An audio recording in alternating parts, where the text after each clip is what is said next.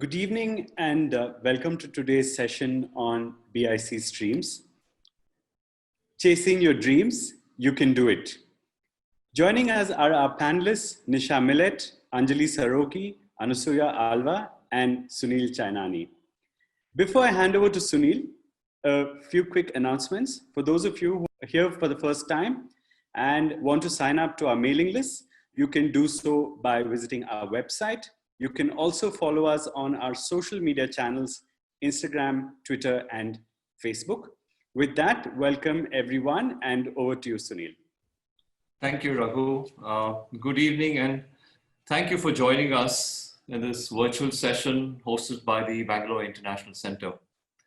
I hope you're well and staying safe in these difficult times. Had times been different, many of us, including me probably, may not have been here today. Instead, we may have been glued to our TV sets watching the Tokyo Olympics, which were originally scheduled to start on Sunday, the 26th. But alas, that is not the case. We cannot predict when normality will return to our lives and to sports. Given that this would have been the Olympics fortnight, many of you may remember that at the last Olympics in Rio in 2016, the only two medals India won were earned by women, PV Sindhu and Sakshi Malik. And I dare say that had the Tokyo Olympics gone ahead as per schedule, our women may have once again outshone the men. Hence, it seems fitting that today on our panel, we have three outstanding sportswomen who have emerged triumphant in circumstances where giving up may have been an easy choice. In the first part of the session, our panelists will tell us about their journey. And we will then leave about 30 minutes or so at the end for a question and answer session. And as Raghu said, if you have questions, please do type them in the chat box. Also please mention if your question is for any specific person on this panel. I'd now like to briefly introduce our panelists. Let's just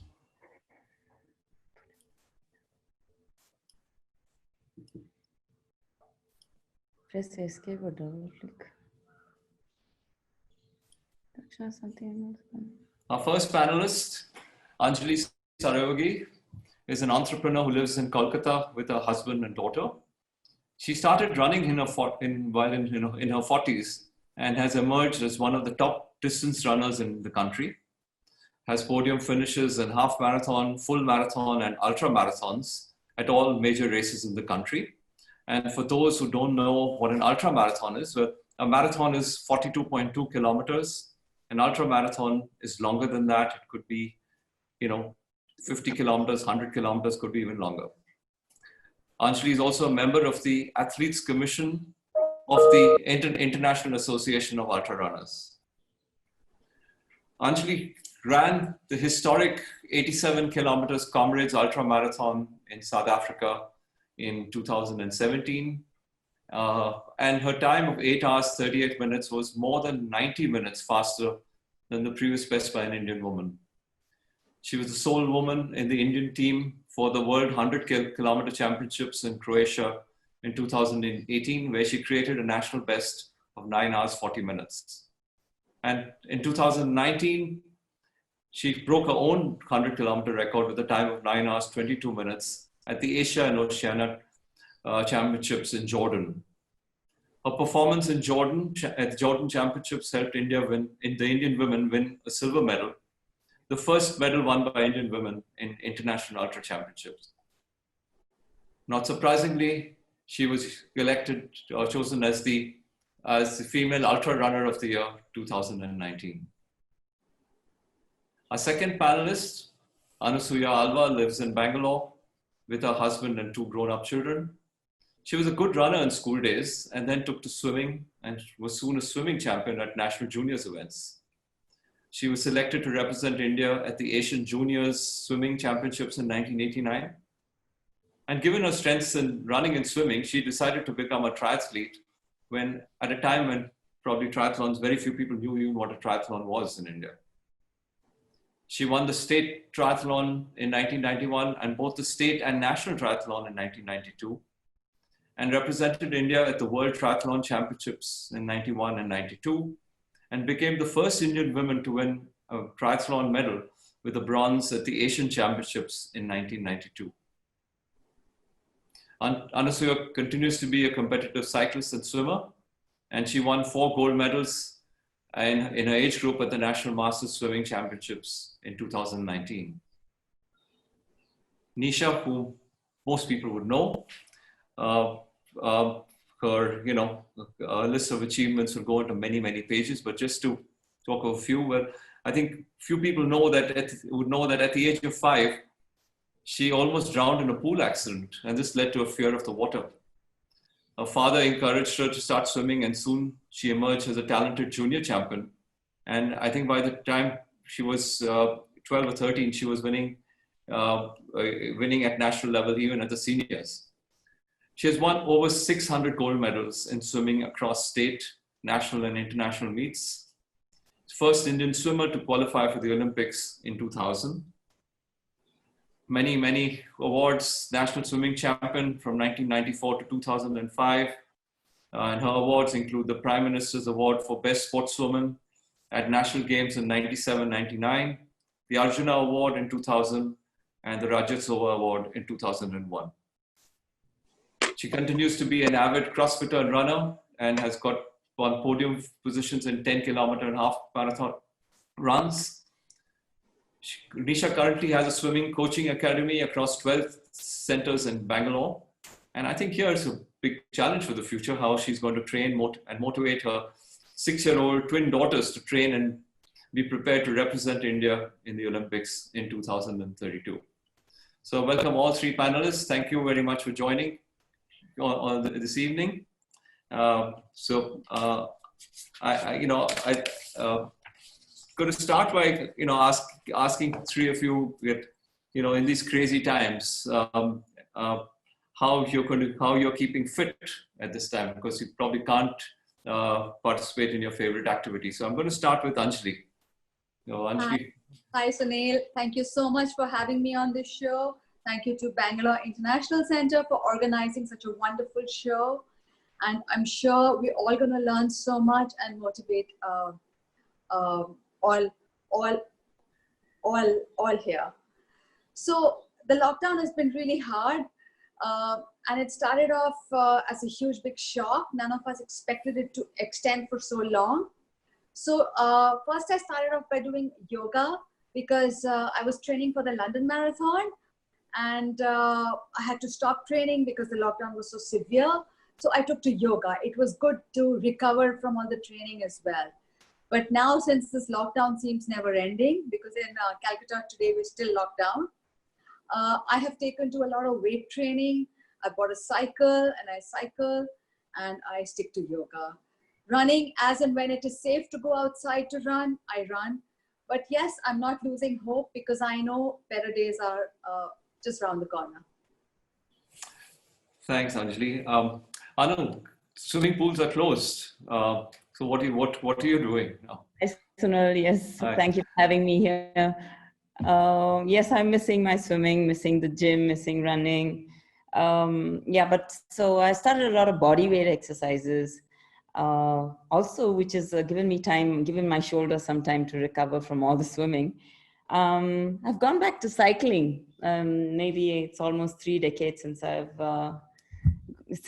I cycled seriously last. So I've gone back to that for some cardio.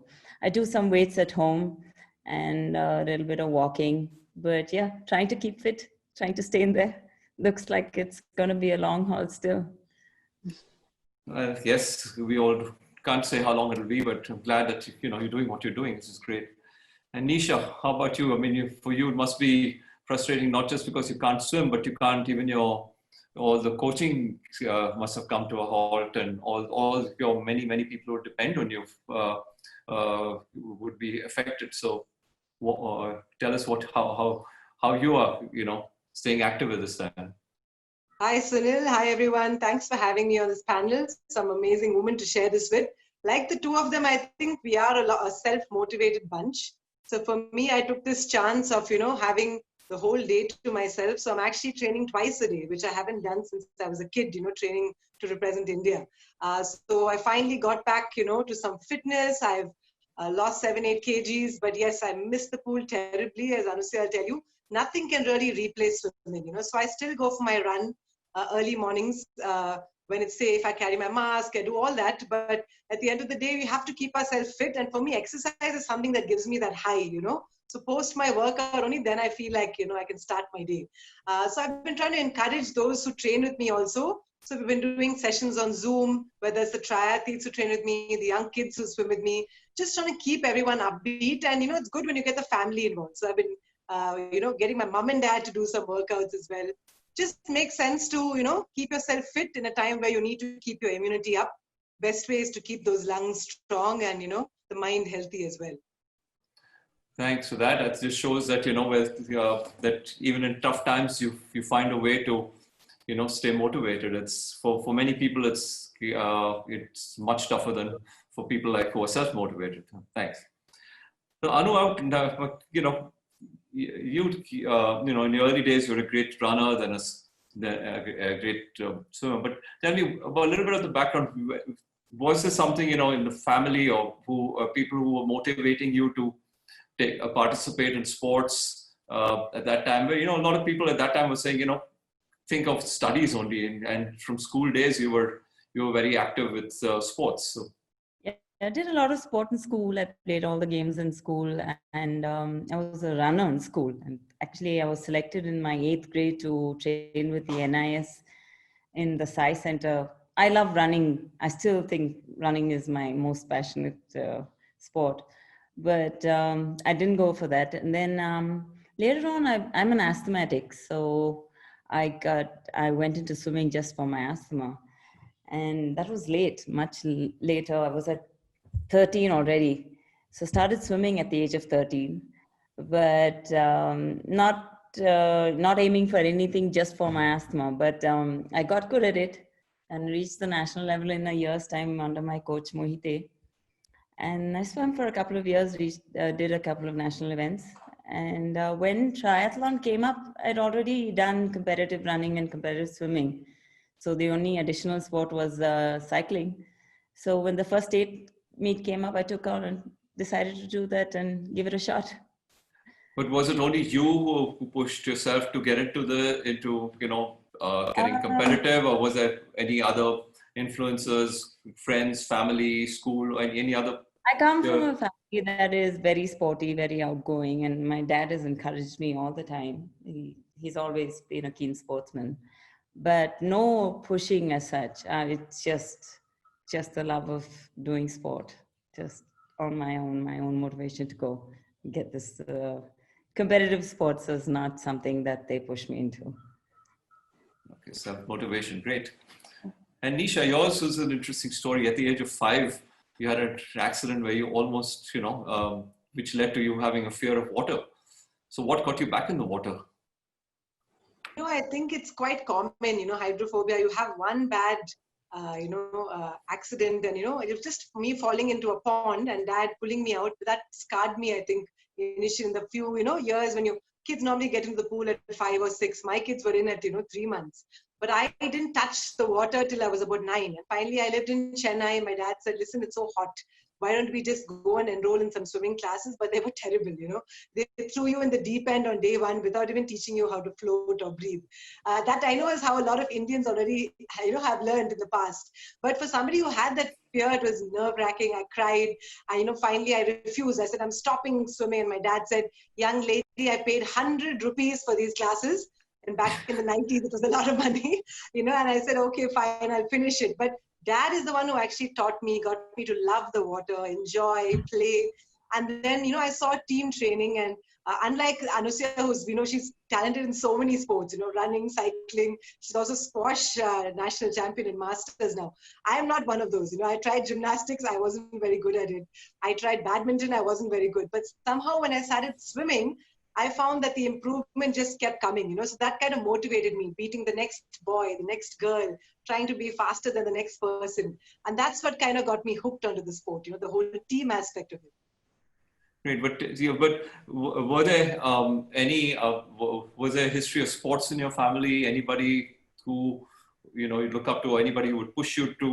You said your father got you into the pool, but was he a sportsman, or anybody else in the family sporty? Funnily, nobody was an actual sports person. Dad was very passionate about sports. Both my parents played a little bit in school and college. But Dad always thought I would be the next Steffi Graf. So he kept saying, yeah, I want you to be Steffi Graf. Never ever touched a tennis racket finally. So funnily enough, when I started swimming and he saw that I loved it, like Anusooya, my sister was also an asthmatic. So it just made sense for all of us to be at the pool. So it became like a family affair, So we would eat, sleep and talk swimming the whole day. And finally, my sister also went on to represent India. So that helped when you have the whole family. My parents were over enthusiastic, where they would be there morning and evening at my practice, whether it's making, ragi porridge or whether it's cheering me at swim meets. That kind of pushed me. So definitely my parents were the people who really pushed me to achieve. So was your father a taskmaster? Oh, very much so.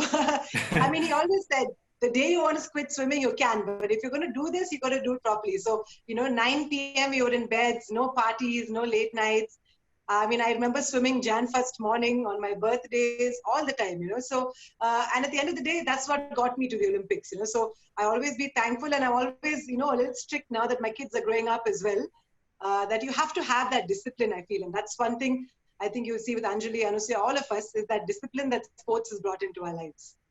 Great. I mean, I read somewhere that you call yourself Tiger Mom, and we'll come to that. Anjali, while Anu and Nisha started off young, at least in running, you come into it very recently. But tell me, in your school and college days, were you sporty? Was there a history of sports in the family? Or what were you doing to keep fit? Okay, so there was no history of any sport in my family. Nobody ever encouraged it, because when I was growing up, life was all about academics. You have to excel in your studies and you have to be the best you can out there. Sport was never spoken or unheard, and it was unheard of. So yes, well, the reason I did not get into sport is not because of that, but because I lacked confidence. I was fat in school. I wanted to run. I also knew I could run, because something in my heart would always tell me that, why don't you take part in that 100-meter sprint or the relay?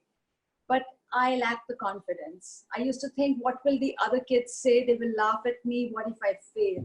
And that is the real reason why I never took part. Until I was in my 40s, and I was just talking with my daughter casually, and I said, I want to run a marathon. There was a half marathon happening in the city. I didn't even know the difference between a marathon and a half marathon. So she convinced me to take part. I got angry with her. I said, again, people will laugh at me because I might not finish. She said, let them laugh. It's something you want to do, and it's going to make you happy. So with negligible training, no gear, no idea, no gels, no knowledge, I just jumped into it. I ran for myself. I enjoyed it. And that's what pushed me to keep exploring greater possibilities. That's wonderful. And I'm going to come back to you in a bit to ask you what motivated you to keep going and improving, but I'll come back to that. But I see, Anusooya, you mentioned a lot of support from your father and family. And, at that time, and even today, for many of the sports, it's, we don't have too much support from the federation or the government or any other agencies or sponsorships, especially if you go beyond sports like cricket. And at that time also, there was, sports like triathlon, hardly anybody knew about it. But where did you get the push to, say that I'm going to excel in this sport, I think the first state meet that I did, and which was here in Bangalore, around the Kantiro, also swimming pool, that gave me a lot of confidence because I was very close to the men. I was, I did far better than I thought I would. And it wasn't difficult for me because actually swimming is, if swimming is taken care of in your triathlon, because that comes in first, you're not too exhausted by that. And the rest of it comes in, it's not that difficult. And it was the first time. It was the first time it was being held in Bangalore, first time in India. So when I did well in that, that gave me a lot of confidence to take it forward from there. And my motivation was always to beat the men. I trained with them, and always my motivation was to beat them. Well, they must have hated you because you trained with them, and then you go and outgun them. So they you wouldn't have been popular with them. But the thing was, in those days there were no marathons. There was nobody else doing running other than the MEG guys. So those are the people I trained with, and there was no long distance events. There were no open water events. So mostly the only people who did anything were men. So I joined them and trained with them, which was great for me. Wonderful. And Nisha, for you, you also mentioned your father was, pushing you and being a taskmaster at times. I'm sure that comes with the huge amount of support and moral, financial, and every way, which, again, at that time when there are no sponsors and nobody coming forward to help in anything, whether it's kit or, of course, in those days, there were no nutrition supplements and all. So tell us a little about those. Tell us a little bit about those days. It was definitely very, very difficult because, my parents, first of all, swimming was not a very popular sport, Even my own grandmother at one point said, why do you want to swim? You'll get tanned, which is the typical Indian, problem, the myth that everyone has to bust. But, I think I also liked it, like Anusooya mentioned, I loved beating everyone, whether it's somebody my age, an older girl, an older boy. And, I think because we didn't have these preconceived notions that, oh, I'm a girl, I must train only with girls. So I just wanted to race everyone. That racing really, I loved it, and I loved being part of the team. And I'd find motivation in different things, whether, the 1992 Barcelona Olympics, I had just learned how to swim and joined the team. And I saw somebody called Matt Biondi, one of the world champions in those days. And he was diving in gracefully, like a dolphin. And I just said, wow, I want to do this. I want to swim like him. I want to go to the Olympics. And that was when the dream was born. And, ever since then, I had a postcard that someone had sent with the Olympic rings, and I stuck it next to my bed. So that kind of motivated me to wake up every morning, remembering at 4 a.m. when you're, 10, 11 years old, and you're waking up at 4:30 and you have a long day and you're doing this 6 days a week. We used to swim between 10 to 16 kilometers a day. It's a very, very tough sport, a lot of training involved. So that, postcard when I wake up in the morning, it reminds me why I'm doing what I do.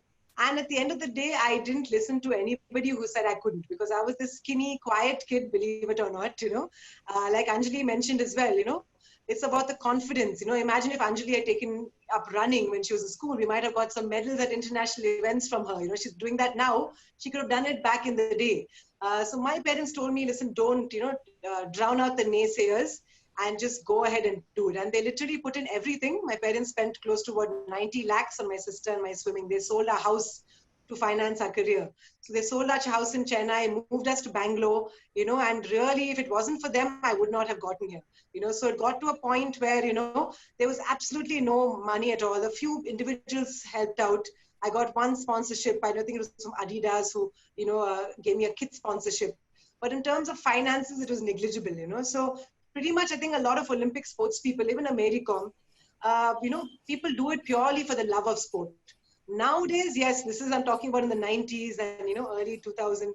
But nowadays, yes, if you win an Olympic medal, you get money. But even somebody like a Mary Kom or a Leander Pace, I know Leander was 1 crore in debt just about the time when he started winning majors, Grand Slams. Only then he started, earning prize money and supporting himself. So really the heroes here are the sports parents, and all of us can't be as lucky as an Abhinav Bindra.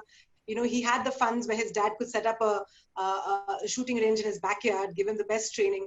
But that's why there are a lot of people, unfortunately, who, kids who are so talented, but don't make it to the top because of finances. So hopefully in the future, things are starting to change, but it needs to change at a faster pace. And definitely this cricket obsession has to go down so that the other sports can also, flourish.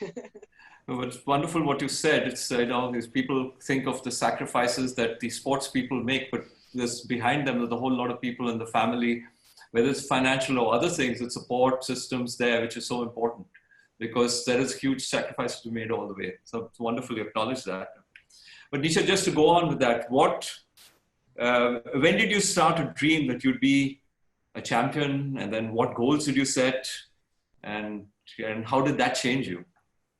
Well, from a young age, I started swimming in 1991. By 92, I had made it to the state level. And the first thing, of course, was to build up my strength, improve my training. So my dad moved us to, from Chennai to Bangalore. So Karnataka is the top swimming state for many, many years. We have the best pools. We have 50-meter pools. Back in the day in Chennai, we have a 36-meter pool. So to get my 50-meter timing, I would swim one lap, do a flip turn, come back, and they drop a rope in the middle of the pool. And I had to touch the rope where it was 50 meters. So stuff like that didn't help. So moving to Bangalore really set my career up another notch. I started winning constantly at the senior level. But when you go to an Asian competition, you realize, you might be number one in India, but you are nowhere when it comes to the Chinese and the Japanese, who are, top 10, 20 in the world. So that's when I really started pushing myself. I was lucky to get one or two very small scholarships for 1 or 2 months from the International Olympic Committee, and narrowly missed out in the 1996 Atlanta Olympics. I was only 14 and nobody qualified in India. And because of my age, the Swimming Federation chose to send some girl who had not even actually been swimming in India. She was actually American and came down just for the trials, swam for India and went back to America, was never seen again. But my parents said, why can't you send a 14-year-old? They're like, oh, she has lots of time, And I'm sure there were bribes involved. So my parents just said, listen, we're not going to bribe any officials to get you to the Olympics. You better earn your way there. So 96 to 2000 is when I really, the whole family, my coaches, we put our heads together. We set out this 4-year plan. People don't realize it's 4 full years to get to the Olympics. So that's how long it took, whether it was, finances, time, commitment to get to the 2000 Olympics. And 2000, when I qualified, obviously, that was a dream come true, so probably the best year of my life because, achieving that goal was phenomenal. So that I think all the kids out there who are thinking, can I do it? Yes, you can, because, so many people told me I couldn't and I still made it, and with negligible support and help. So nowadays, things are so much better. The kids out there, we definitely can be a top sporting nation in another 10, 15 years.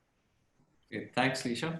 Anjali, coming to you, tell us a little bit about your journey, because you started off with a half marathon about, when you're in your early 40s, and from there you quickly, moved to the full marathon, and you're making waves all over the country with, podium finishes everywhere, and then moved to the ultras. So tell us a little bit about your journey. I think I've just been very fortunate because I follow my heart. I have never thought or perceived myself as a champion or that I want to win. Whenever I go for a race, my whole reason of being there is because I love to run and I want to give my best to it. I train with a certain timing in mind, which is for me. Now, if that timing happens to get me a medal, so be it. But I don't train for a medal. I train to be the best that I can in that race that I am taking part in. So my journey is such that I started with the half, and then I wanted to do a full marathon. And I told myself that if I'm going to do a full marathon, I'm going to make it challenging. And I want to do a BQ time in my first race. Sorry to interrupt, but just sorry, but BQ, for those who don't know, is a time which marathoners know as a Boston qualifier, which is a very tough time to meet. So you need to get that, you need to be under that time to qualify. So sorry, please carry on. So I thought that why not make it tougher and aim for a BQ time? Because I strongly feel that till you have a goal, you don't achieve anything. If I want to run a full marathon, I could have run it in 6 hours also. So what kind of training would I be presenting myself with? So I chose a goal. I chose a tough goal because I also feel that if I choose a goal which is a little outside the boundary of what I think is possible, I will push myself to grow. And I can only grow and improve if I work hard. And that is the path I chose. And that path has never created a problem because I grow every time I take part in a race. So the full marathon led to ultra marathons. I read that book, Dare to Run, which is on the Comrades. And I just was in shock because living in Calcutta, I didn't even know that there is something called an ultra marathon. And I read that book in 2016 when I had just completed my full marathon. And I told myself that if there are so many people from all over the world who are running this race, and it's a 90-year-old race, there has to be some magic about it. And I enrolled for the race without knowing much about it. Yes, I got good guidance from close friends, and I trained hard for the race. And I just fell in love with the race, like everyone who has run the Comrades. And after that, I was fortunate enough to be chosen for the 100K team that was going to Croatia. Though, having said that, I did not get time to train for two reasons. I got to know in July about this 100-kilometer race, and the race was in September. At that time, I was training for New York Marathon, which is only 42 kilometers. And I had to represent our country in a 100-kilometer race. So, as what is true, you can never listen to the naysayers. There were a lot of people around me who told me you can't do it. But I refused to pay heed to that. I could only hear that voice within me saying, you can do it. Just work hard. It's how you're going to do it, not if you can do it. And I always focused on what I can do and what I could control. And with those few months which I had in my hand, I said, I'm going to train as to the best that I can. Unfortunately, I got dengue fever on 1st of August. So I was wiped out for most of August. But that didn't break me because I'm full of a lot of confidence. I think all that self-confidence which I lacked in school has come back to me with a double force. And I said, it doesn't matter if I want to do it, if I'm mentally brave and strong, I will do it. And that's how my journey evolved. Wonderful. Thank you for that. So, Anu, at the time, in the early 90s, when you were doing the triathlon, and as I said, very few people even knew what a triathlon was. And you must have faced all types of hurdles.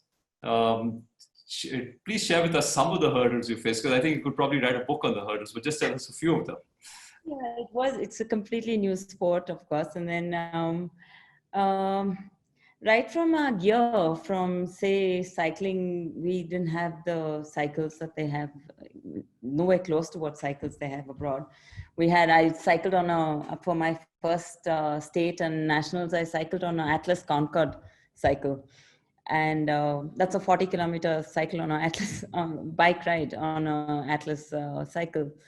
And swimming was, I used to go to Chennai to train in the sea. So in the open water, every fortnight I'd go catch a train and go there and train there. And even there, the only people who swam were the fishermen or people from the fishing community. So I used to head out early morning and go and swim in the sea there. And running too, there was no marathons then. This is 90, 91, 92. There were no marathons then. So the people I ran with were the MEG guys. So either I ran and kept up with them and did their distances, which was far more than I needed to do, or be left out and run on your own, which was not even safe. So yeah, that was difficult. And cycling, I was cycling on the highways, which was not safe, quite dangerous. And if you had a puncture, there were no cell phones, there were no cabs. You had hitch a ride with a lorry and come back. So yeah, it was very challenging, very difficult. Luckily for me, I was able to tie up with different people. So swimming, I knew the community. I could go on and swim in any of most of the pools. Most of the coaches knew me. They let me swim.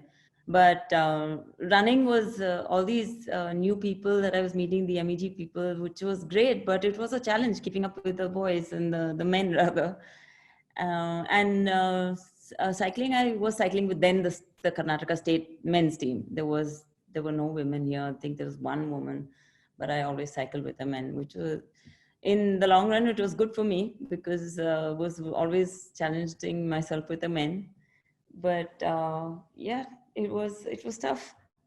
Without any equipment, no gear. Nisha will agree, with no swimsuits, no caps, no goggles, nothing. We had no shoes. I was running in Lotto shoes, which is now, it's now telling because my knees are in a bad shape now. But, and no guidance, no coach. I didn't have a coach. So whatever information I could get from other athletes when I traveled and when we went on international meets was the only information I had. There was no internet then. So it was difficult to train. My constant challenge was keeping my timings up and always trying to keep up with the men. So that was my challenge. But you did mention somewhere that you went, at the World Championships. I think it was in Australia, where you picked Yes. up a bike. Tell us that story. So my first World Championship in Australia, that was in Brisbane, and I had practiced in Bangalore on my Atlas Concorde, and I landed there. And the night before the race, I went to a shop and picked up my bike. I'd never ridden on a geared bike, and never ridden a racing bike, and picked up my bike and raced the next morning.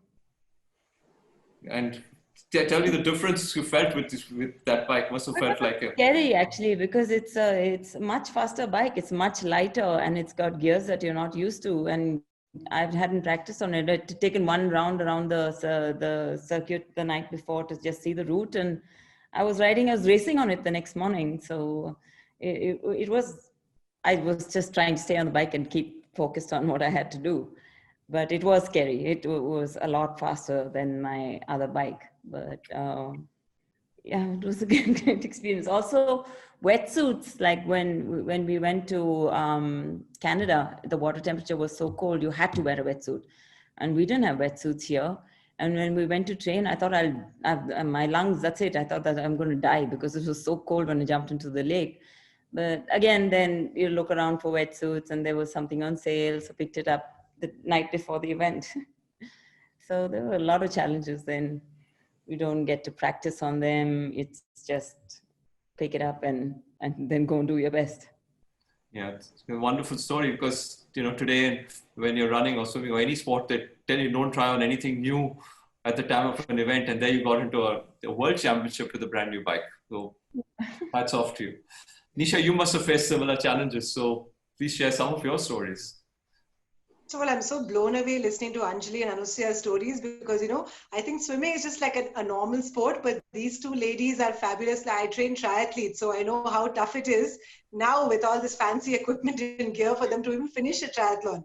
And here, she's picking up a bike, riding the next day, and Anjali, doing the comrades, doing a BQ in her first full marathon and 100K because I run as well. So I struggle with that. So really hats off to the two of them, And I think the kids nowadays are so blessed to have this kind of equipment. I hope they know that, Like Anu said, we literally could not get proper goggles. We'd get these tiny goggles with the sponge which is stuck inside, So then the glue would kind of wear out and then your goggles would fill with water. And I hated that. I felt like it would distract me from my goal, which is finish the race, win, get my best time.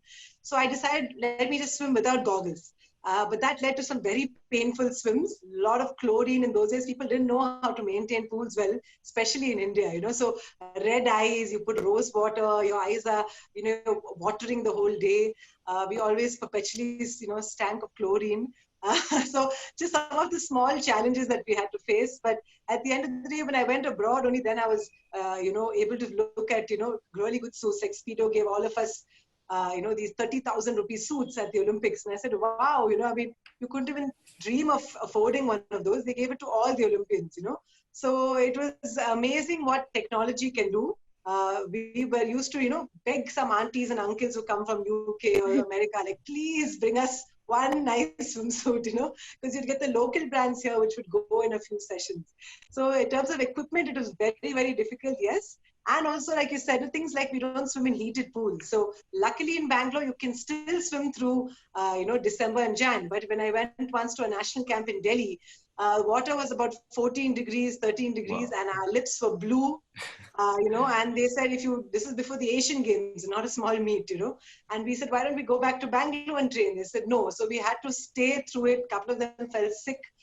So I think we went through some really tough times, the horrible facilities at national camps where, 6, 7 girls with one fan. one toilet, hand washing your jeans and all your clothes. But that really makes you tougher. And I think that kind of, now when you have to deal with a business or with kids or anything, I think sports gave us those lessons that will last a lifetime. Great. Thanks, Nisha. Anjali, coming to you, you live in, living in Calcutta, not the city which has been known for huge running culture, not for distance running. We're picking up a little bit now, but some of the other cities have had a head start. And you taking up this sport there, it must have been a big challenge. All the, whether it's the weather, whether it's places to run, when you can run, and all this while you were, same time, running a business and, involved in many other things. So, two questions: how did you stay motivated, and B, tell us a little bit about your training programs. So, so for me to stay motivated is not hard because I'm very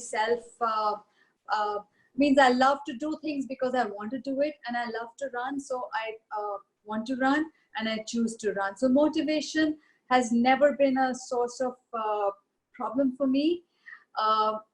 Yes, having said that, you're right. Living in Calcutta, it's extremely challenging to train to the best of my potential, because the weather is very cruel. Either it's really hot and humid, or it is, no, it's always hot and humid. Like we have a very short little winter, which is 15 days. So, well, that is a huge, big drawback, but most of India has a similar problem. Yes, Calcutta has another big drawback, which is lack of good terrain. So it is very hard to really run long here because the roads are so dirty. We don't have side roads where you can run on. They are congested. And of course, with all the thelawalas and the cyclists and dogs. So when I was training for the Comrades, Comrades has so many hills. A lot of people told me, oh, she thinks she can run the Comrades living in Calcutta. She can't do it because there are no hills. It didn't matter to me because I know if there are no hills, we have these little flyovers. So I used to wake up at 2 in the morning, and my driver was very nice. He used to come and he used to go and park the car at the end of a flyover. And from 2 to 4 in the morning, I used to go and run on the flyover on the side. And I'd wear the neon vest and those neon bands. And I did this for quite a few months, training for the Comrades. But unfortunately, once a car came in double line and it came zooming and it nearly got me. So that's when I stopped. And then I moved all my hill work to a treadmill, which is not the best thing to do, but then I had no choice. So to stay motivated is not hard if you want to. And if you have a goal for anything in life, I feel it's very easy to do it because your goal motivates you. Now my training, well, I run I run a lot. For a marathon, I would train typically 100 to 120 kilometers a week. And for an ultra marathon, I would train approximately 100 miles, which is 160K. Because it is so challenging to run in the morning, also because the roads are so crowded, then I choose to run in the afternoon. Because and I'm lucky that I run my own business, so I have flexi hours. So there are many times when I'll just go off at 1 o'clock and run till 4 o'clock. I can do that because mileage is very important in training. So I do speed training, I do tempo walk, and I do the typical long, slow distance work. And that's about it.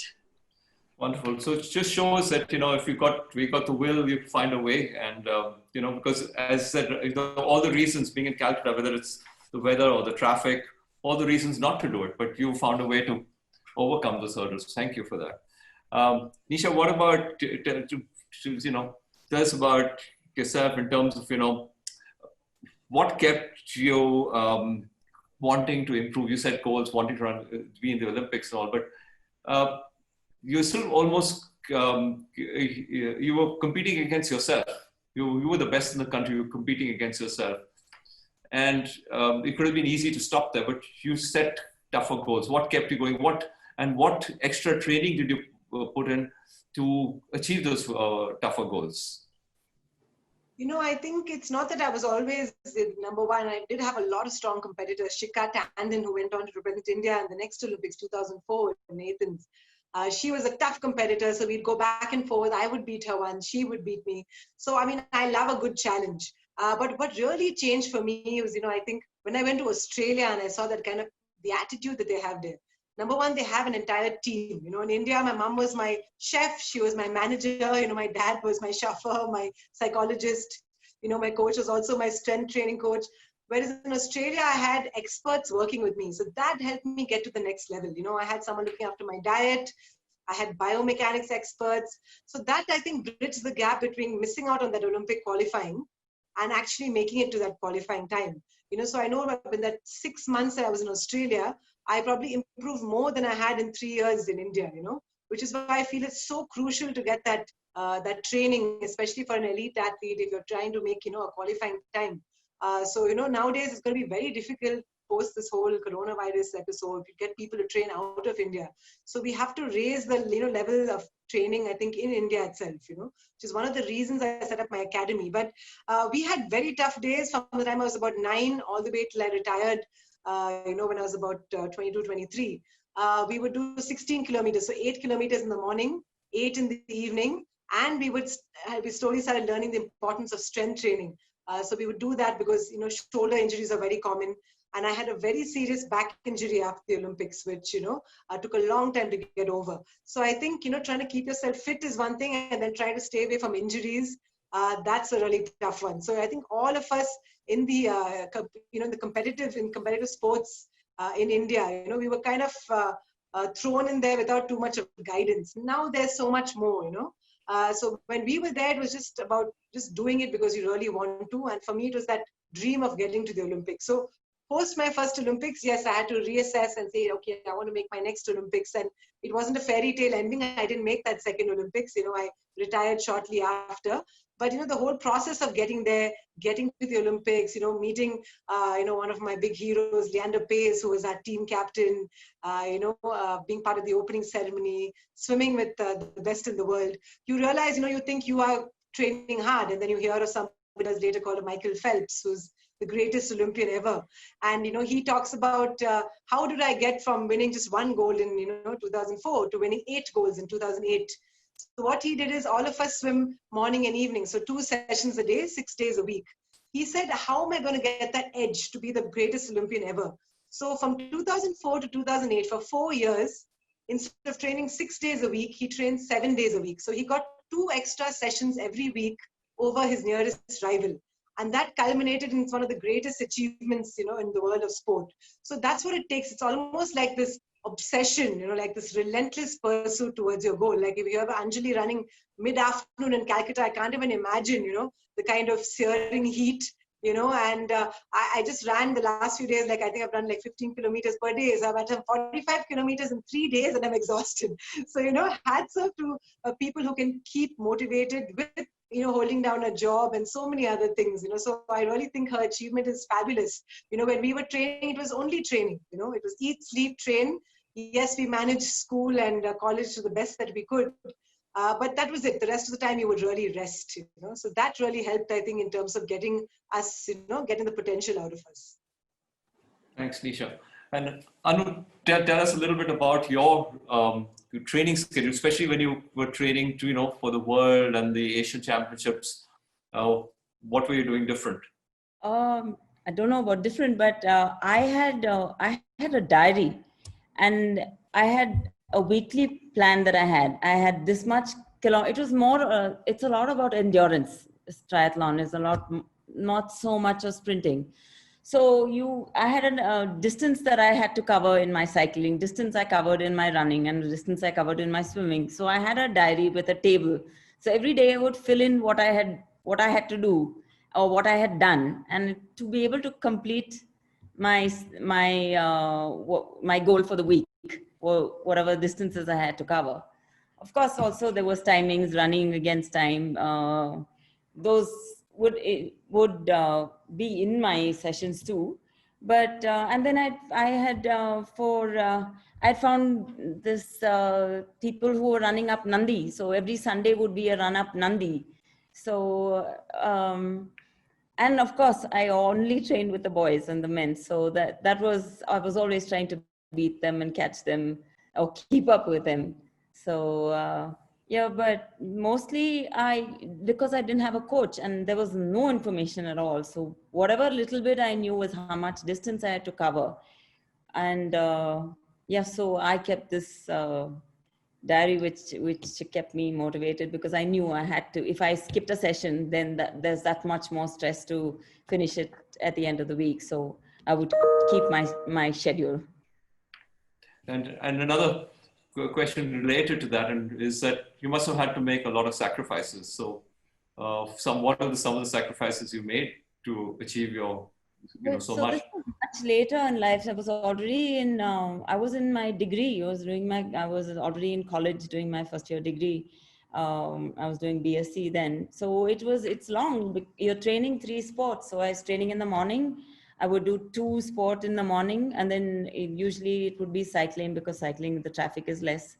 So I'd head out in the morning, finish my cycling, and then do a swim, and then run in the afternoon. So it took the whole day. So there's not much to do other than keep up your college work. I was doing a science course, so they had enough other commitments. There was no time for anything else other than sport, and but I enjoyed it. I loved it. Great. So I wasn't really looking to do anything else. I was really happy doing my sport. And Nisha, you too must have had to make a lot of sacrifices. You talked about the family sacrifice, but you also must have made a lot of sacrifices. Tell us some of them, which you made, which a lot of other people who had a normal life didn't have to make. Amazing to hear Anusooya talk about 3 sports. We could just about manage one, so it is very, very difficult. I think the main thing for me is I didn't realize what I was missing out on till after I stopped swimming. And I realized, like, wow, we used to train really hard. But like Anu said, I think swimmers or just pro athletes, teammates, you have this great bond. Even now when I meet her or meet any of my other swimming teammates, we have this great sense of camaraderie. We still keep in touch all the time.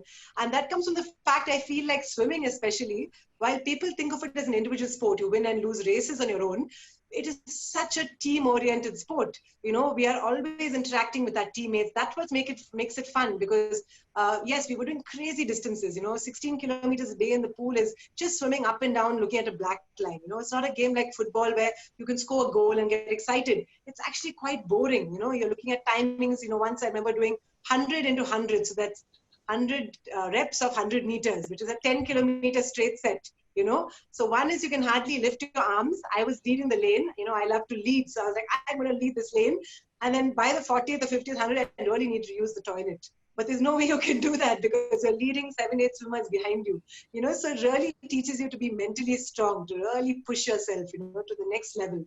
And I had a lot of friends in different sports. So, we would always talk about the different challenges. And every sport, they train so differently. So one of my best friends, Aparna Popat, she was Indian national badminton champion for 10 plus years and Commonwealth Games medalist. So on the weekends, our little celebratory meal would be like a corner house death by chocolate and a big pizza, That was for a sports person, something like a treat, So while other kids were out, partying and having movies, for us, it was just a little bit of junk food that made our whole day. So I think simple joys of life that you get to enjoy, or like a Sunday morning sleep in, you sleep until 8 a.m. You're like, wow, this is amazing, Like the one thing I hated about swimming was 4 a.m. mornings, And then when I retired from swimming, I started my academy. So again, early mornings. And then I have twins. So there goes the sleep for a long, long time, So that's the one thing I think I really missed out. A lot of sacrifices in terms of hanging out with friends, but the people who really know what your goal is, the people who really stand by you, they were always around, helping me catch up with notes.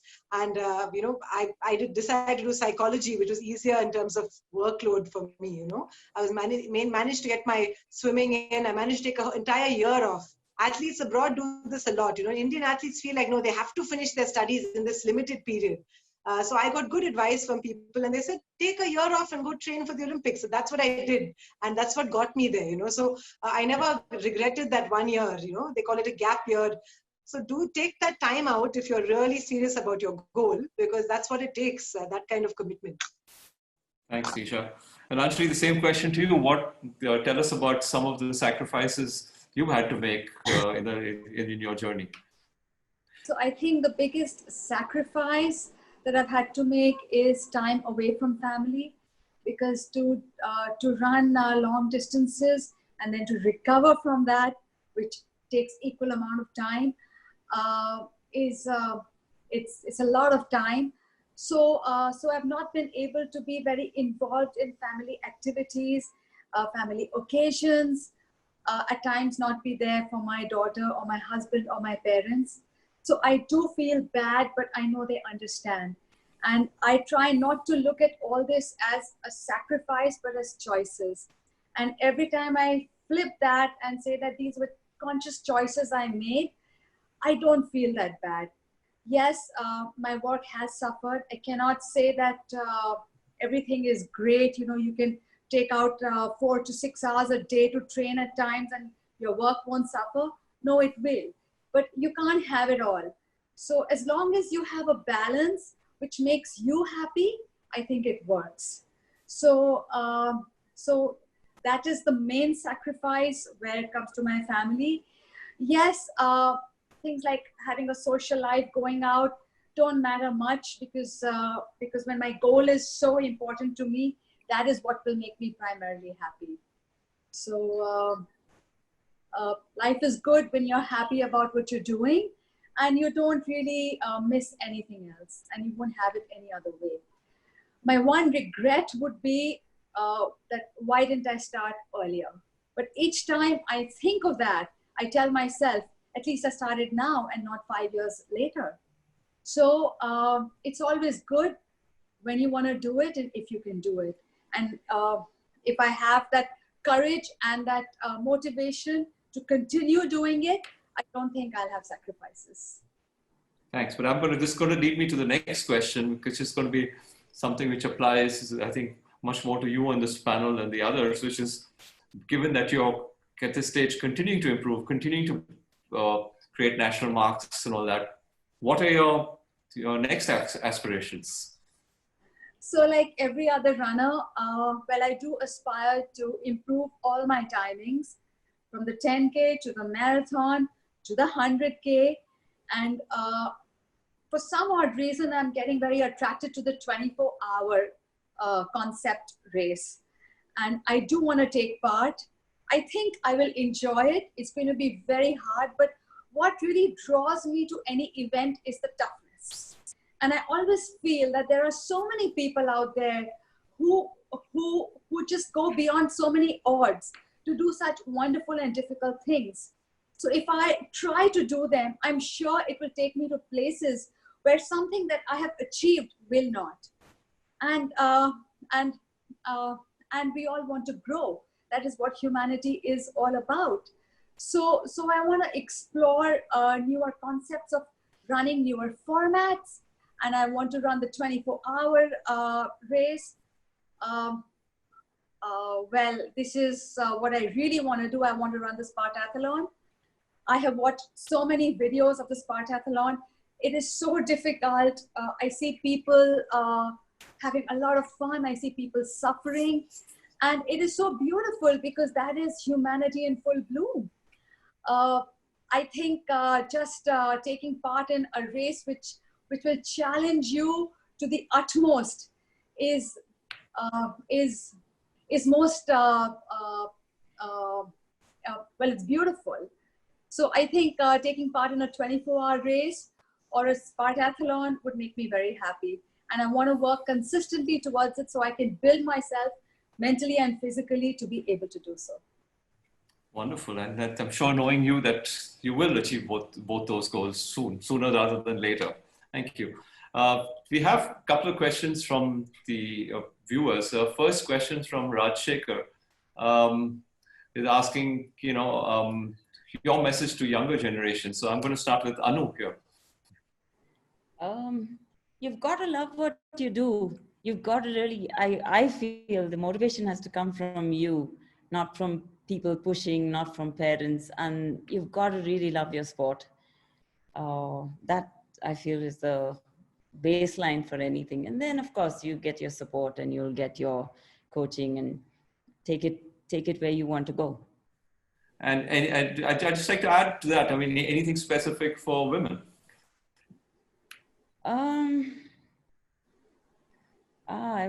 I would say just give it your all. There's nothing to hold back. Don't consider yourself lesser or be held back by any barriers. Just give it your all. Thanks. Nisha, same question for you, for younger generations, especially for aspiring women athletes, what is your advice to them? No, I think you started off by saying that at the last Olympics, we had just 2 female medalists, so really, I think female sports people in India are at the next level. So really, it's all about, like Anjali said, sometimes if you're a mom, if you're older and you're, doing some other sport as well, don't feel guilty about it. If you know this is what you want to do, kids nowadays, number one, first of all, I feel they have too many distractions. So cut down on the distractions. We didn't have mobile phones. We didn't have social media, so that helped to a large extent where we were solely focused on what we're doing. And there's a lot of haters, attacking these athletes, like even Sania Mirza, when she, wins, medals and French Open titles, Wimbledon titles for us. And then one small thing and you've got haters taking up, saying things against her on, on WhatsApp and Twitter and, Instagram. It's just sad to see the kind of negativity that surrounds female athletes. So I think the public also has to be well aware that, it is amazing, it's challenging, but to the kids out there, at the end of the day, it's what you say to yourself in your mind. I feel people will always say different things, and there's so many things happening nowadays. Focus on your goals, and every day it's that conversation you have with yourself, like how Anjali thinks like, yeah, I'll just do this 24-hour race, and she finds it fun, and it has to really be fun. So money and fame comes later. Everyone wants to be the next Virat Kohli earning crores.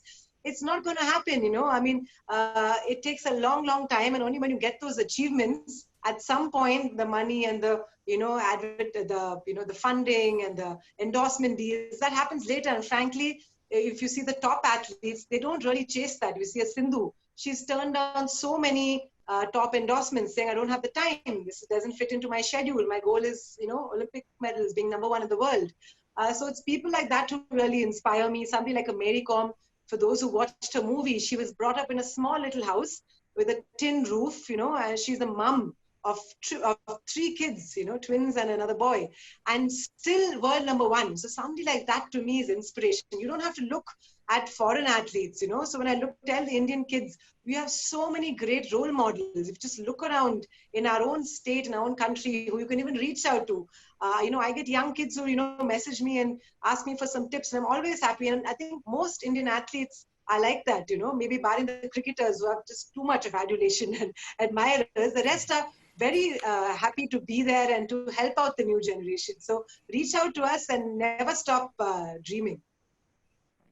Anjali, same question for you, for the younger generation and for women in particular. So I totally resonate with what Nisha just said. And I would tell all the kids out there that it's all about the power of thought. If you think you can, you can. If you think you can't, you can't. Either ways, you're right. When I was a kid, I thought I could not run because I was fat, so I never ran. So I was right. When I was in my 40s, I wanted to run, so I thought I could run. And I was right because I ran. So either ways, I was right. So don't waste time. Don't be foolish like me. Don't let figments of your imagination or what others think or what you think that others will talk about you or think about you get in the way of your dreams. Because nothing is worth sacrificing your dreams.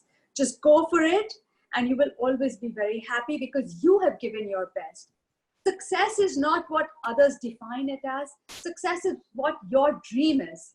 And as long as you achieve your dream, you're successful. And that's what life is about. Thank you, Anjali. And I'm going to ask the next question, also coming from the audience, from Rekha Menon, saying, so very inspiring, especially given the circumstances each of you had to deal with. Can you share a failure in pursuit of your goal and what it taught you? So this question is for starting with you, Anjali. It's for everybody, but starting with you. Okay, so yes, I did run the 100K in 2018 in Croatia, representing our country. And it's a national record, fair enough.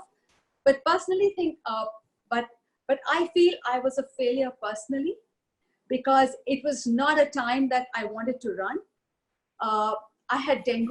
I did not get adequate time to train, so I could not give my best. So personally, I feel I have failed myself. Yes, I ran to the best of my capability at that point of time. But the reason I don't want to stop trying to improve in the 100-kilometer race is because I feel I have more to give. So till I'm not satisfied with my performance, I don't think I have succeeded. So failure would always be something personal. Some outsider can never tell you what is failure, because it might look like success to somebody, but it may be failure within that athlete's own mind. Well, that's amazing to, you break a national record and still consider it a failure, but that's the way athletes are, people who want to get better and better. So Anu, tell us about any failures you've had and what it taught you. I haven't done too many races. There were not too many races. So I've just done, I can't say I've had any too many failures, but yes, just timings would be, I think my world championship in Canada, my timing wasn't so great because the water temperature was terribly cold.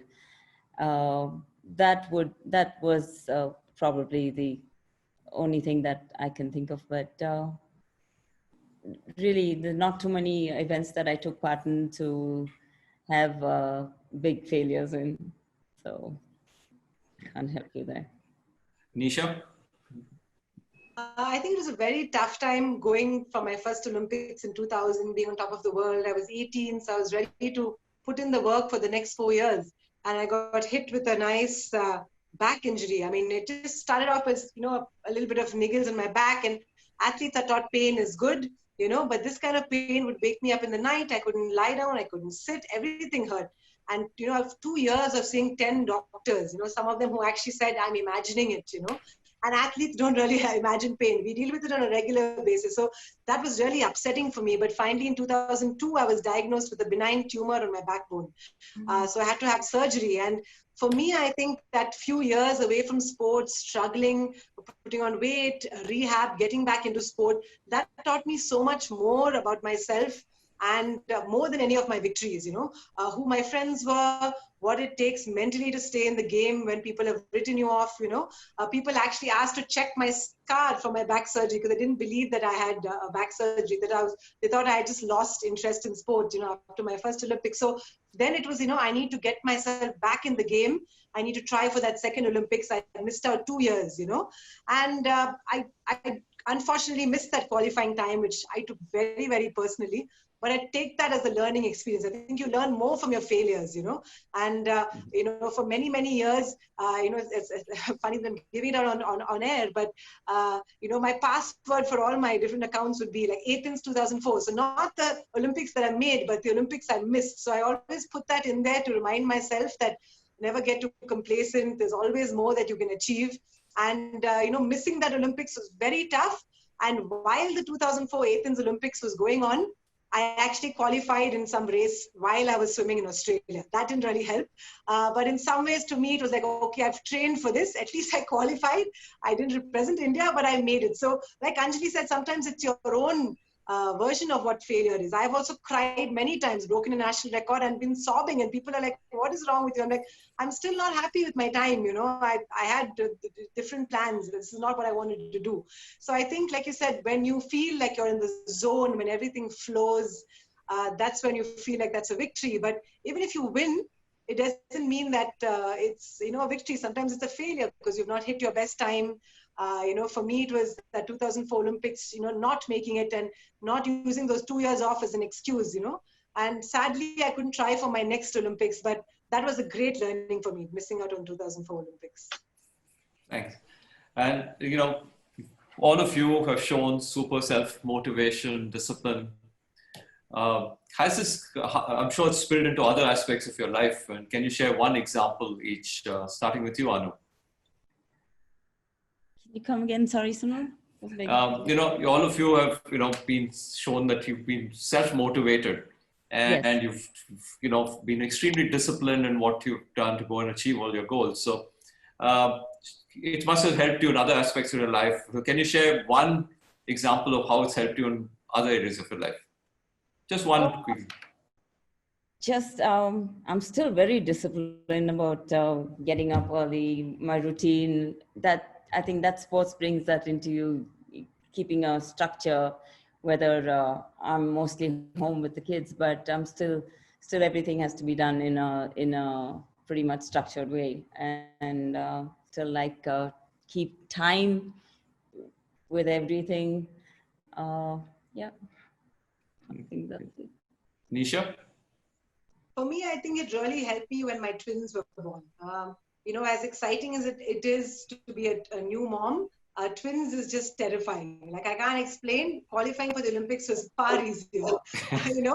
Dealing with that first 1 year. I mean, my kids are 6 now, but I don't know how we survived. We decided to do it without a nanny, and we said, we have our own business, so we can work, a different flexi time, and the two of us can raise them. And people who tell me, when the baby sleeps, you sleep. Well, I had 2 babies, so one was always awake, So the lack of sleep, I think maybe I was getting maybe 1.5 hours a day of sleep in different, like half an hour, then after a couple of hours, another half an hour. So that lack of sleep, pushing yourself, it reminded me of training, because I had to push myself to stay awake, to stay calm.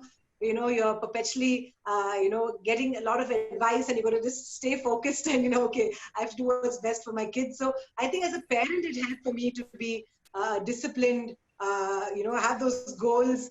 And like Anu said, we always had our swimming diaries. I actually had my little baby diary, because sometimes you're so tired that you end up feeding the same baby twice. So, we would literally write, you would write in your diary, and very reminiscent of our swimming days when we write our timings on every day. I would write like, okay, feed Adele, now feed Ariana. So, it was a great moment, but all parents should, or even adults should, take inspiration even from people like Anjali, and learn that it's never too late to start sports, because of the qualities that it teaches you, whether it's teamwork, disciplines, perseverance. It doesn't mean you have to get to the Olympics or go for a triathlon or, run a 100K race. But what sports has taught us, I think a lot of kids who don't have that experience, they don't know what they're missing out on. Maybe later in life, I think this lockdown has helped. I see so many Bangaloreans cycling, walking, in their house, doing weights on their roof. It's amazing, doing yoga at home. So maybe getting fitness as part of our lifestyle will be the one good thing out of this lockdown. Thanks. And Anjali, how about you? Well, I think the biggest thing that sport and all this discipline has taught me is gratitude, patience, and respect. And I'll give you an example. Last year, I was training like a devil for the 100K in Jordan. And I wanted to do a timing that would be a lifetime best for me. And I thought I was invincible, because I had overcome so many adversities. I had overcome a breast tumor, dengue. But when you're sitting right on top of the mountain and you feel you're invincible, you forget that anything can happen. And it did happen, because I got a hormonal dysfunction again with my breast tumor, and I got a stress fracture. I couldn't walk, forget run. I lost 9 weeks of training. 9 weeks is a long time when it's a countdown to 100K, where you want to do a lifetime best. I was frustrated. I was angry. And where did that get me? Nowhere. It just got me more pain. And that's when I realized to respect and learn the process, that you cannot fight the process. You have to be patient. You have to go through adversity or whatever your circumstances are, good or bad. You cannot change it. Have respect, have gratitude, and good times will come around. And that's what happened. Those 9 weeks went by. I could take part in the other races which I had planned. Okay, I could not do the timing I wanted to, but at least I could run. So from being in a wheelchair to hobbling to be able to run itself was a whole new life for me. And that's when I forgot that, hey, you're invincible. No, we are all We are all human. Anything can happen. The most important factor is gratitude. If you have gratitude, you'll always be happy. There was no need for me to sit and cry and be unhappy and throw my temper at my family, but I did it. Why? I shouldn't have. And I regret doing that, because gratitude is the only thing which will take you far. Thank you. We have a lot of questions, and some of them, address them to all three of you, but I think in the interest of time, I'm going to go for one at a time. So, and this one, again, I'm going to start with Anjali. That, somebody, Anand has asked about nutrition tips for peak season training and during the event. So just a general, I won't talk about any specific event, but. Okay, so so I'll share what I do. I don't believe in any fancy diets. I eat a normal Indian home cooked meal, a balanced meal. I do take a few supplements because for the kind of training I do, I think it's and because we live in such a humid country, I think it's very like we have to take a few things which our diet might not give in full because of that extra training load. So I consume a lot of Fasten Up supplements, and I do take a protein shake as well, which I think is essential, especially for women, also for men, because when you train long hours, the muscles do get depleted. So eating balanced, eating common sense, don't eat out of a packet, eat freshly home cooked food, avoid white sugar, and you won't go wrong. Thanks, Anjali.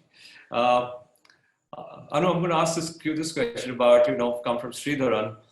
You're used to training very hard every day. What do you do to recover post-training so that you can train the next day?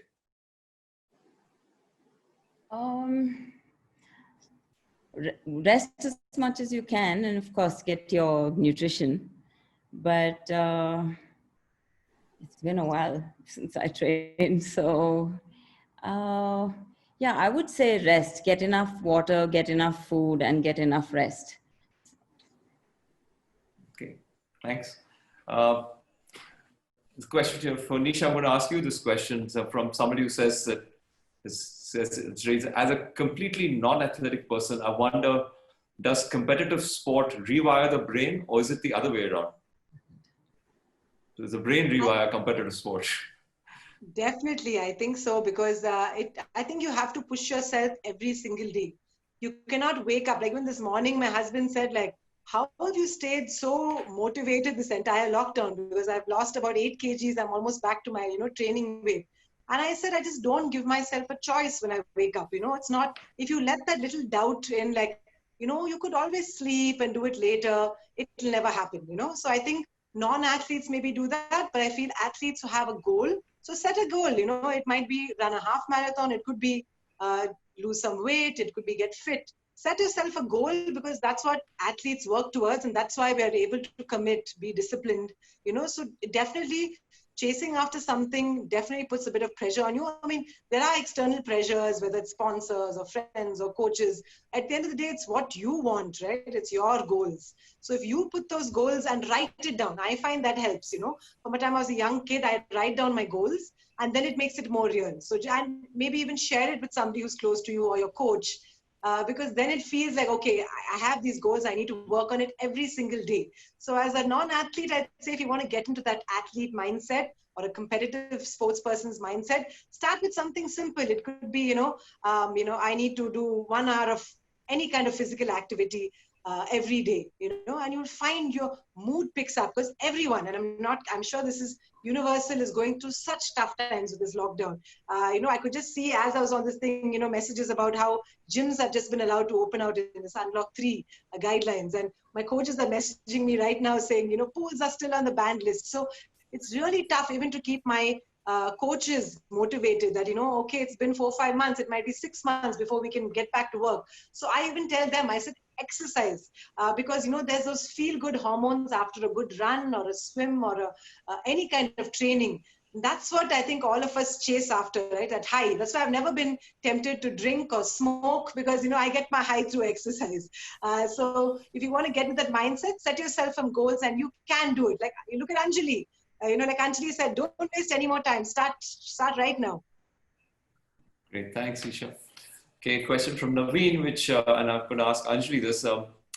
What do you think about, the difference between going for gold and enjoying the journey? I think if you enjoy the journey, give it all you can give and a little more, that's going for gold. Now, going for gold need not mean a gold medal that will be given to the person who did the best time. For me, going for gold is always doing my best. So if I've done my best, it's a golden medal and I'm successful. I don't care who won the race. I won it for myself. Great, thanks. And next one for Anu, I'm going to ask you this question, this is from Nagraj. How did you feel when you accomplish your goal, any of those big medals that you won, the major events that you won? How did you feel after that? Oh, I think it's one of the best feelings ever, other than having my kids. But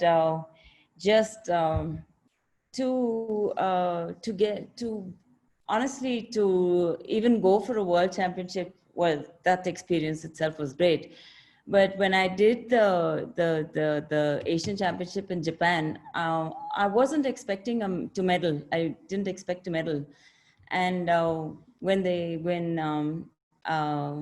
I got on that podium, it just a different feeling, because it's not just you, it's for your country. You're up there representing your whole country, and you're making so many people proud. It's a fantastic moment. Great, thank you. My next question to you, Nisha, is that a lot of parents today, and even in that time when you were swimming competitively, a lot of parents would have asked their kids to focus on academics and not sports. Your advice to parents today? Number one, I think kids nowadays have a mind of their own. I think we have, as parents, have taught them to be independent thinkers.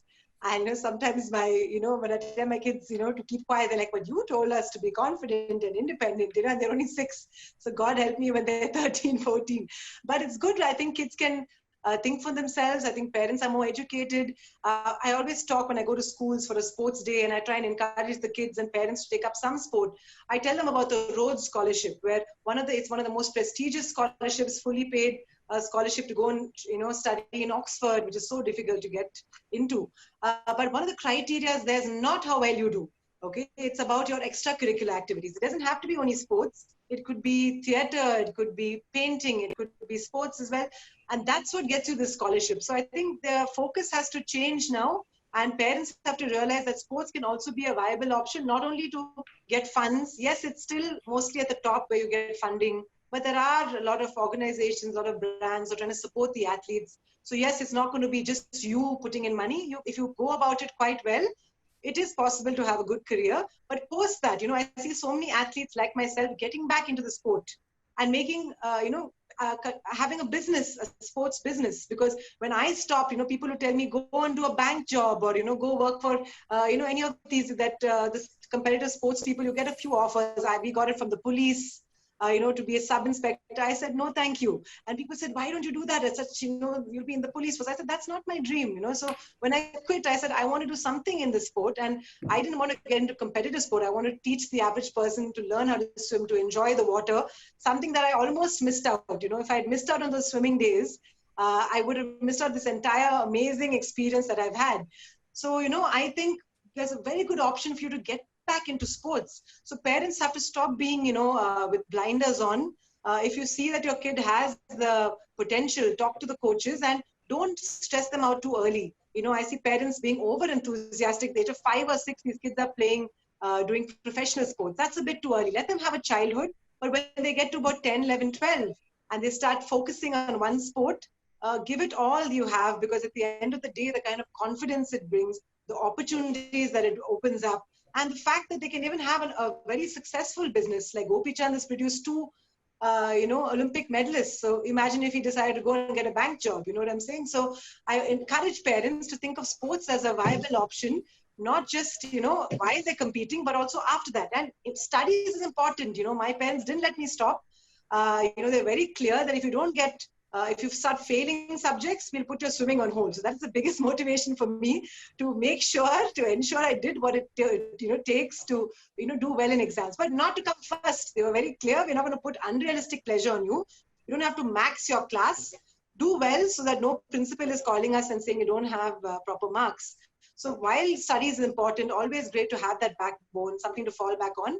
Sports can be given equal importance, and there are enough people who can, prove that right. Anusooya did her science, she said, and competed at the international level. So, there's no reason you can't do both. Thanks, Nisha. Well, we only have 4 minutes left, so I'm going to ask one last question before we wind up, which is towards three of you, starting with you, Anjali. What has been the high point of your running career? The single high point, just one, name one. Okay, the single high point would be last year in Jordan, when we got the women's silver. And Sunil, you were a part of it. You're a part of the team, and you're a part of the silver medal, because we wouldn't have got the silver without you. And I think it is personally a high point for me, but also for ultra running in our country, because it's showing all the girls out there that all of us back here at home, like in India, we can do it, and we can get the gold. The gold is ours. We just have to see that it's there and go for it. So there is a lot of talent there, and so that was my high point. Great. And just, if you recall, we just barely missed this gold. We were very, very close to it. But Anu, tell us about your high point. Yeah, definitely my medal in Japan, where I got my bronze medal. Definitely that medal, especially the athletes there were good, well-trained athletes coming in from Japan, Malaysia, all over the world with the fanciest equipment, bikes, and coaches and teams. And it was a very pleasant surprise, and definitely my highest point, definitely. Great, thanks. And Nisha, for you? I pulled this out for the interview today, but yeah, that's my Olympic medallion. It says Games of the 27th Olympiad. So not because it's a medal, it's not even a medal, it's a medallion. I didn't win, I came 32nd, which is a long way away, but it is a culmination of many years, 9 years of hard work, a lot of sacrifices. And for me, the biggest, high point is seeing my mom jumping on the stands when I touched the wall and I got that Olympic qualifying, and then calling my dad in India, who had never missed a meet in his life, but to sacrifice, to make sure that his kids are there. He had to stay back and work in India. He sent us to Australia, and to call him in India and tell him that, I'd won I'd qualified for the Olympics. And that is a feeling that, I think any kind of issues that our family has faced, financial or others, I think that put it all into perspective, why we really compete and push ourselves, all the sacrifices. And of course, the same year in 2000, I got to meet the President of India and get the Arjuna Award. And really that meant a lot more than any kind of monetary gain we could ever have made. Like Anjali and Anusooya said, when you win a medal for the country, or you stand up there with the Indian tricolor, that is the ultimate for any sports person. Thank you. And since we are out of time, I've got to say thank you very much to our panelists and for everybody who's joined us for this session. I've certainly learned a lot, and have been there's a lot to learn from these amazing stories, to get motivated to do more. And certainly all three of you have you've shown one thing, that if you want to get it, you can do it. Age is not a barrier, but you got to be willing to put in those long, hard hours, and then, hope for the best. Thank you very much. And I wish you, all three of you, all the very best. I'm sure there's many more great stories to come from all three of you. All the best. Bye-bye. And thanks, Raghu. Thank you, Anjali, Nisha, Anu, and Sunil. These were inspirational stories. They say innovation thrives under constraints, and these stories show that success is possible despite the odds. So thank you again, everyone, and thank you audiences for joining us today. Bye for now.